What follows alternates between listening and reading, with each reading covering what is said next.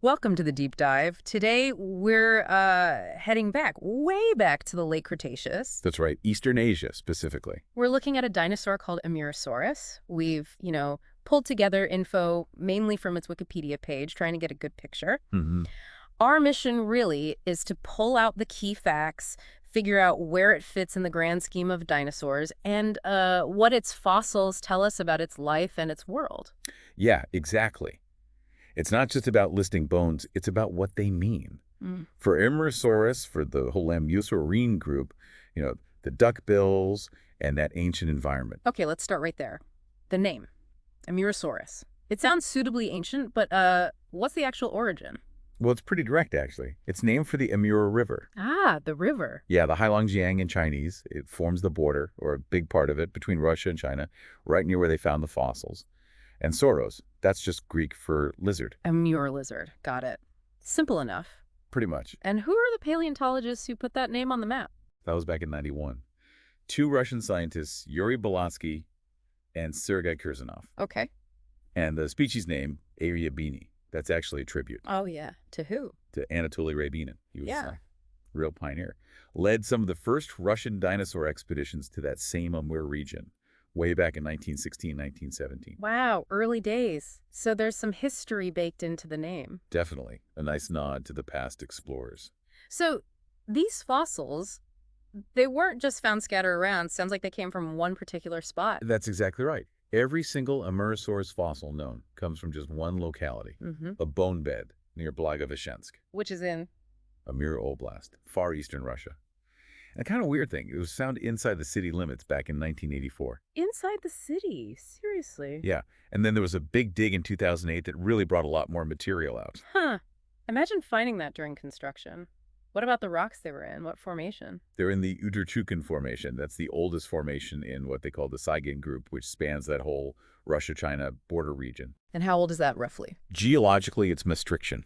That's the very last stage of the Late Cretaceous. So maybe around 68 million years ago, give or take. So right before the end. Exactly, just before the big KPG extinction event.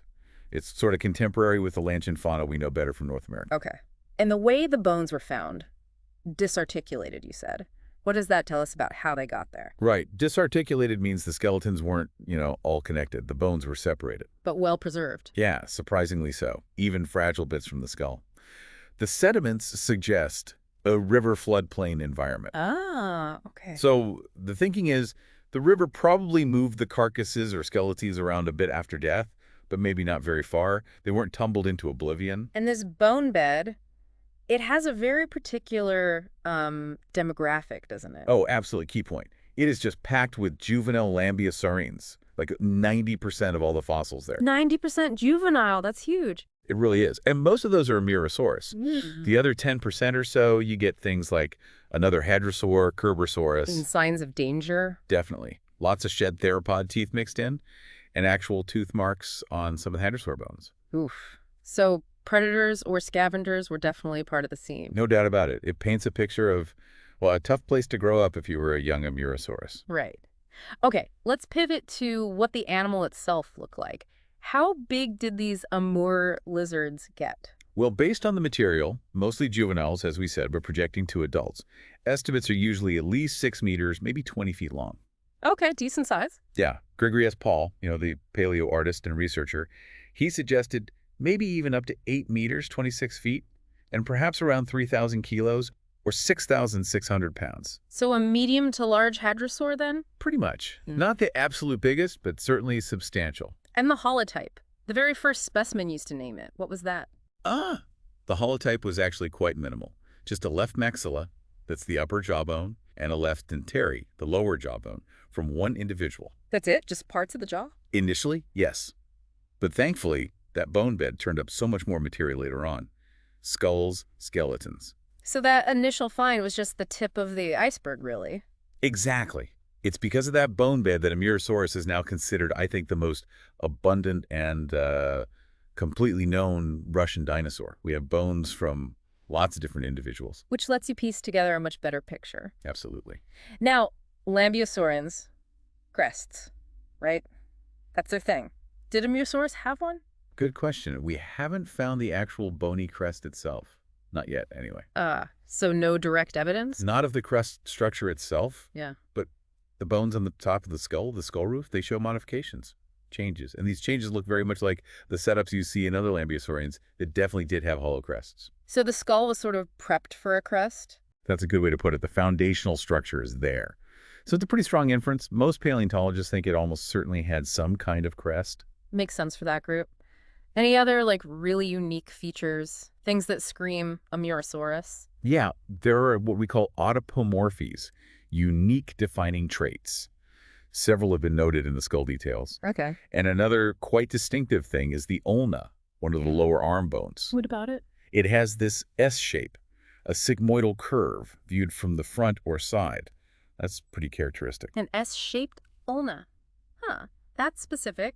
And I read something about injuries, fossils showing signs of past trauma. Yes.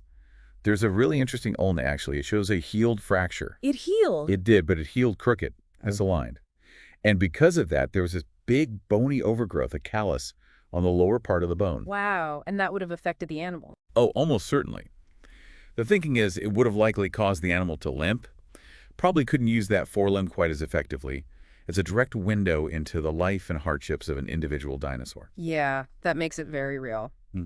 Okay, let's zoom out again. Classification. Where does Amurosaurus sit in the big dinosaur family tree? Right. So broadly, domain Eukaryota, kingdom Animalia, phylum Chordata, all the way down to clade Dinosauria, then Ornithischia, the bird-hipped ones within that, Ornithopoda, then the duck-billed family, Hadrosauridae. Okay, And within the hadrosaurs, it's in the subfamily Lambeosauridae, the crested ones. got it.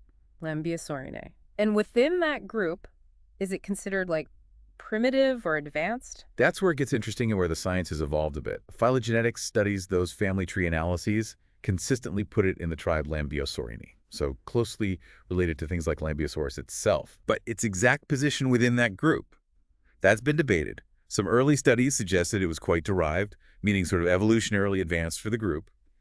Then a 2014 study, looking at some new skull material, suggested maybe it was a bit more primitive, more basal. So a bit of back and forth depending on the data used. Yeah, exactly. Science in action, new fossils, new analyses can refine the picture.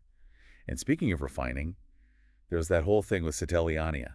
Right, I remember seeing that name. What was the story there? Yeah, so Saheliani was another Lambeosaurian from roughly the same area.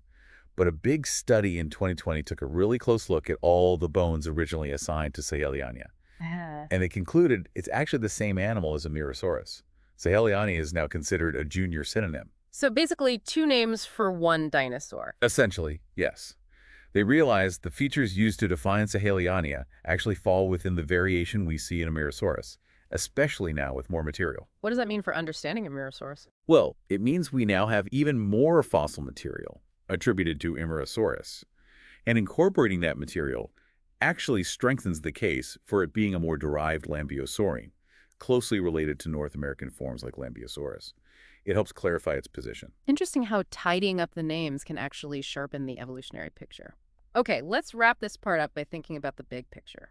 Time, place, significance. Right, so we established the time, very end of the Cretaceous Maastrichtian, around 66 million years ago, just before the end. The final curtain call for the dinosaurs. Pretty much, and the place, that Blygoshensk bone bed in Far East Russia.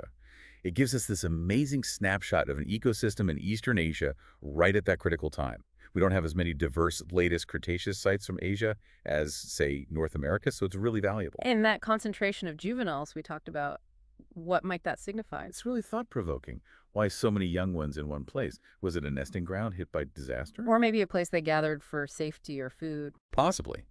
Or maybe a place that was unfortunately a really good hunting ground for predators, creating a sort of trap.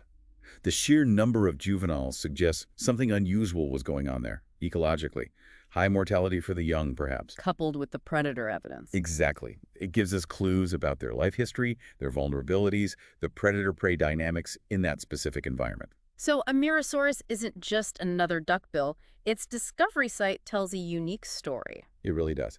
Studying Urosaurus helps us understand hadrosaur diversity across the globe, particularly how things were playing out in Asia, right as the age of dinosaurs was closing. It's a key piece of that global puzzle. Okay, this has been fantastic. A really great deep dive. So to quickly recap, Amurosaurus was a medium-sized, likely crested hadrosaur, a lambeosaurine living in Far East Russia right at the end of the Cretaceous. Known primarily from an amazing bone bed, just packed with juveniles. Yeah, and that bone bed gives us incredible insights into its life, its evolutionary relationships, now clearer thanks to recognizing Saheliania as the same animal and the floodplain world it inhabited. Couldn't have said it better. Keep. A single site yielding so much information. Absolutely. So here's a final thought for you to ponder. Given that strange bone bed full of young Amurosaurus and signs of predators, what specific event or environmental pressure cooker could create such a deposit? Was it a flood? A disease?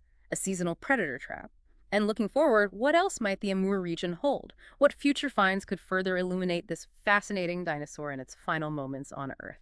Thanks for joining us on this deep dive.